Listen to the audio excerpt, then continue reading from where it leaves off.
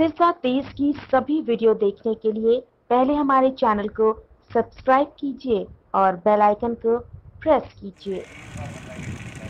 और वो जो बाकी सामान सुन उसके बारे में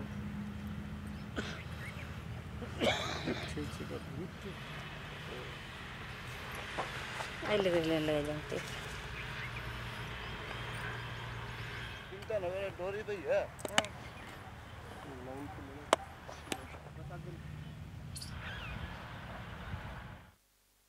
नमस्कार, मैं हूं प्रमोद और आप देख रहे हैं सिरसा तेज.com।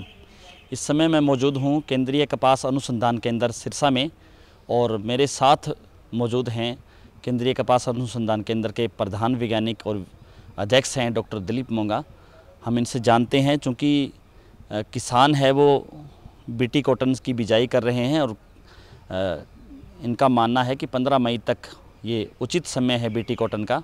और हाल ही में केंद्रीय कपास अनुसंधान केंद्र की जो टीम है, जिसमें कई विशेषज्ञ शामिल हैं हरियाणा गवर्नमेंट के और केंद्र सरकार के, जिन्होंने 50 किस्में रिकमेंड की है कि 50 किस्में किसान लगाएं जिससे उचित उनको मुनाफा होगा और कम जो है पानी में वो किस्में पैदा होंगी। तो ज़्यादा जानकारी के लिए हमारे साथ मौजूद हैं डॉक्टर दिलीप मोंगा। डॉक्टर साहब, जो 50 किस्में रिकमेंड की हैं, किस तरह की किस्में हैं, किसानों को क्या लाभ मिलेगा उनसे? देखिए, ये हमारा उत्तर भारत में हरियाणा, पंजाब और राजस्थान ये कपास का इलाका है और इसमें करीब करीब 15 लाख हेक्टेयर क्षेत्रफल में कपास लगती है। तो ज़्यादातर किसान हमारे 90% से ज़्यादा बीटी कपास लगाते हैं। तो उसके लिए हमारे हरियाणा कृषि विश्वविद्यालय, पंजाब कृषि विश्वविद्यालय और राजस्थान कृषि विश्वविद्यालय और ये जो हमारा संस्थान है केंद्रीय कपास अनुसंधान संस्थान, इन्होंने मिलके एक बड़ा एक तजर्बा किया था, जिसमें कि 6 सेंटरों पे, हमारा सेंटर है सिरसा में, फिर हरियाणा में दूसरा सेंटर हिसार में हरियाणा कृषि विश्वविद्यालय, राजस्थान में गंगानगर में और पंजाब में 3 जगह पे फरीदकोट, बठिंडा और अबोहर में, ये 6 जगह पे मिलके तजर्बे करें और 125 किस्में जो बीटी की बाज़ार में उपलब्ध हैं उनको पिछले साल टेस्ट करा और उसमें से 50 किस्मों का चयन किया है, जिसमें कि सबसे ज़्यादा पैदावार है, कम से कम सफ़ेद मच्छर और कम से कम मरोड़िया रोग लगता है और उनकी गुणवत्ता भी अच्छी है, क्वालिटी अच्छी है। तो हमने तो ये 50 किस्में अपना भारत सरकार को भी यहाँ से लिखा है और उन्होंने आगे सभी राज्यों को भी लिखा है और इधर से भी सभी यूनिवर्सिटियों से भी राज्य सरकार को लिखा गया कि इन किस्मों का बीज ही लगाएंगे अगर किसान भाई, तो उनको ज़्यादा से ज़्यादा मुनाफा होगा। क्योंकि आपको याद होगा कि 2015 में सफ़ेद मच्छर का बहुत हमला हुआ था और उससे किसान भाइयों को बहुत नुकसान हुआ था। तो उसके बाद से ही ये कार्यक्रम बहुत ज़ोर से चल रहा है और उसका ही ये एक जो इसमें से बात निकली है कि ये किस्में अलग से जो बेस्ट पॉसिबल किस्में हैं, इनको लगाने से किसान फ़ायदा उठा सकते हैं।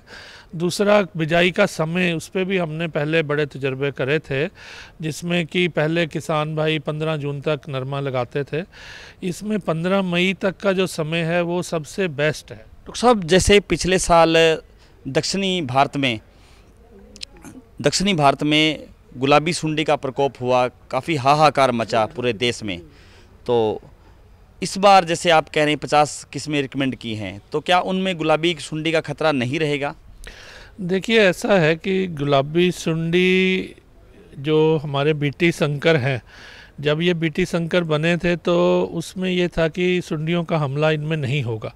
लेकिन पिछले 2-3 साल से मध्य भारत से ऐसी शिकायतें आने लगी, खासकर सबसे पहले गुजरात से, कि इनमें गुलाबी सुंडी का हमला शुरू हो गया है और पिछले वर्ष काफ़ी नुकसान हुआ, खासकर महाराष्ट्र और तेलंगाना में गुलाबी सुंडी से।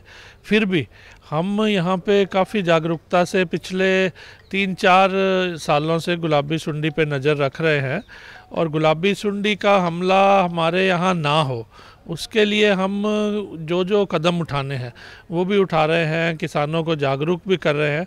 और अच्छी खुशी की बात यही है कि अभी तक हमारे उत्तर भारत में एक भी केस बीटी किस्मों में, बीटी संकरों में गुलाबी सुंडी का नहीं आया है। लेकिन इसको आगे ना आए उसके लिए भारत सरकार तो जो एक आपको याद होगा कि बीटी का जो बीज का पैकेट होता है उसमें नॉन बीटी का 120 ग्राम का पैकेट अलग से होता था। तो अब भारत सरकार ने ये नियम बनाया कि आने वाले समय में 5% नॉन बीटी का बीज बीटी के अंदर ही मिक्स करके देंगे ताकि किसान भाई उसको भी साथ लगाएं। और ये एक तरीका है जिसमें कि गुलाबी सुंडी या जो और सुंडियां हैं, अमेरिकन सुंडी, चित्तीदार सुंडी, ये आने का खतरा कम हो जाएगा। तो ये एक तरीका है। बाकी हम इसकी निगरानी फेरोमोन ट्रैप लगा के करते हैं कि गुलाबी सुंडी आने का कितना खतरा है, तो उसकी भी हम पूरी योजना बना रहे हैं। खासकर कि अभी से ही जिनिंग फैक्ट्रियों के आसपास भी फेरोमोन ट्रैप लगाएं, किसानों के खेतों में भी लगाएं कि अगर कहीं भी गुलाबी सुंडी का जो उसके अंदर तितलियां आती हैं वो दिखाई दें तो हम उसकी सतर्क रहें और क्या भी आगे रोकथाम की योजना बनानी है उस पर काम करें। जी, थैंक यू। ये थे हमारे साथ केंद्रीय कपास अनुसंधान केंद्र के विशेषज्ञ एवं अध्यक्ष डॉक्टर दिलीप मोंगा। हमारे साथ आप लगातार बने रहिए, क्योंकि ऐसी ही जानकारी हम किसानों के लिए लगातार देते रहेंगे।